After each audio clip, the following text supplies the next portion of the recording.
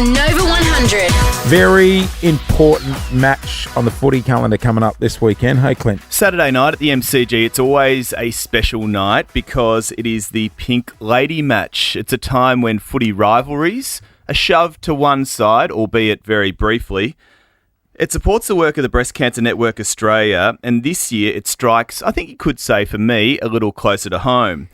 41-year-old Nicole Riddle is battling breast cancer. She's a school teacher, she's a beautiful mother of two, and she's also my best friend.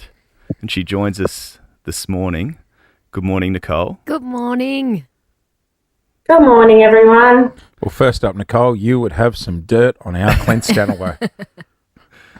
Look, I was hoping we weren't going to go there because I don't want to embarrass him. There's actually that much after 41 years that I could share. I could ruin his career, actually. Because you guys have known each other since you were babies. Yeah, where'd you meet? So our mums were in a mother's group together, basically, and so yeah, that's so cool. Every every birthday, every sort of momentous occasion in our lives have been together. I love that. Yeah, that's Family, awesome. friends. It's like those unofficial cousins that you grow up with.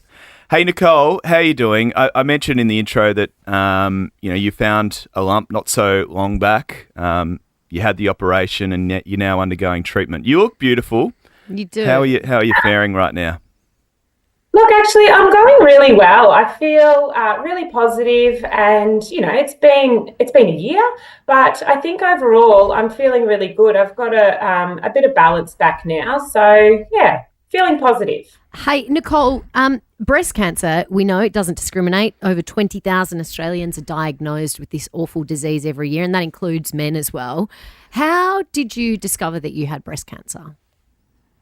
I just found a small lump just before Christmas. I'd always been pretty vigilant with my self-checks, knowing that cancer doesn't discriminate, and just some really positive things on social media that I saw to remind myself. And I did something about it straight away. I found the lump and I called my doctor within the hour. So, we went from there, basically. Do you remember the moment you got diagnosed? I can imagine it just brings your life to a screeching halt. Yeah, absolutely. I was home on my own, and my GP called, who is just a beautiful man, and time stood still. It really did, because I just never expected it. I remember just trying to catch my breath. It was almost like I nearly entered a panic attack, and I just had to stop and breathe. And I messaged my husband and I said, "Get home now." I was about to ask, how hard is it to have that conversation with your partner? And you've got 2 young daughters?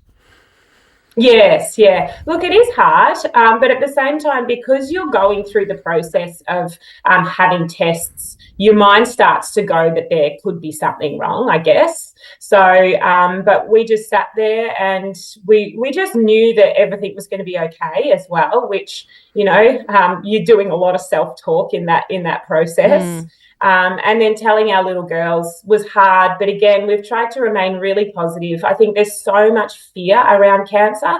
People hear that you've got cancer and straight away they think you're going to die. And that is not the case, thanks to places like BCNA, who are continually advocating for more research. So I think that's what we've tried to do all the way through, not think about cancer as death, think about cancer as something that is part of my journey and something that we will beat. And now it's just time to spread awareness. Great attitude. Good on you. Has the fact that you've got your daughters, your beautiful daughters around you always, has that empowered you as you fight what is a beast of a disease?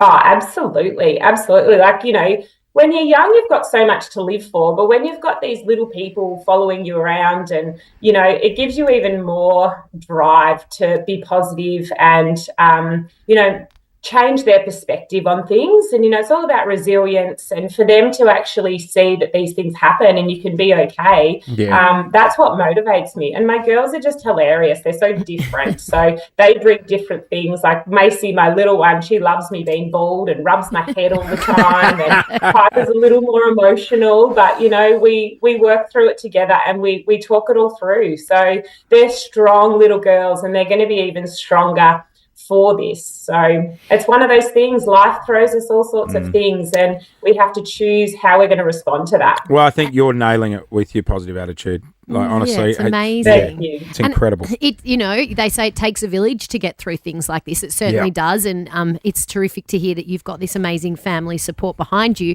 But organisations like the AFL and the Melbourne Demons have these extraordinary platforms where they can help us, who often feel really helpless in these situations, make a difference. So tell us what's happening at the Pink Lady match this weekend, because it is a really special game. Yeah, it is. And I think being the 20th year that Melbourne Football Club have been involved, I think it's really significant because it just shows breast cancer has been here for a long time and it is not going anywhere. We need to continue to get behind events like this. And you can support by buying an online ticket as well, or you can come along to the game. There's bays that are allocated, Pink Lady bays, for people to come and, show their support, whether they've been affected by someone, a friend, a family member. And with 1 in 7 women and men being diagnosed, I know that so many people have been affected. And again, always, donating as well. At the game, people go down on the field? It's every... Yes. Yeah. It's quite striking. And there's always somebody in their thoughts, Be it someone who's battling right now, someone that has unfortunately lost their cancer journey. So it's quite striking, quite a moving. Putting the topic front of mind absolutely. And in people's face. It's the one thing, I commend the AFL for doing events like this. Yeah. They really know how to do it. Look, you can log on to pinkladymatch.com.au for tickets, beanies and donations. So... what was it like growing up with me? Yeah, give us some dirt now. We've done the series. Did he ever hit on you, Nicole?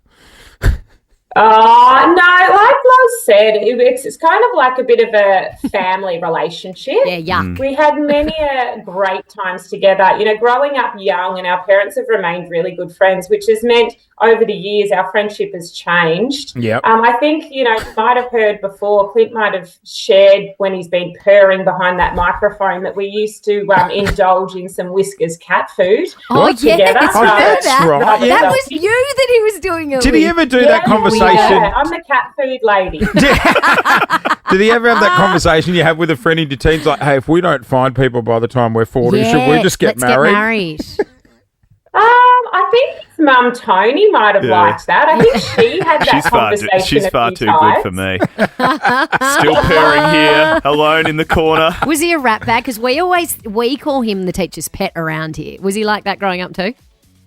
Oh, look, I want to say he was, but he wasn't. He's such a beautiful man. And the fact, I look and think I could bring up some dirt, but I'm not going to do too much damage to him. Come on, give us something. We had a lot of fun. Yeah. Just don't mention the trip to Guaranteed. Thailand. What happened in Thailand?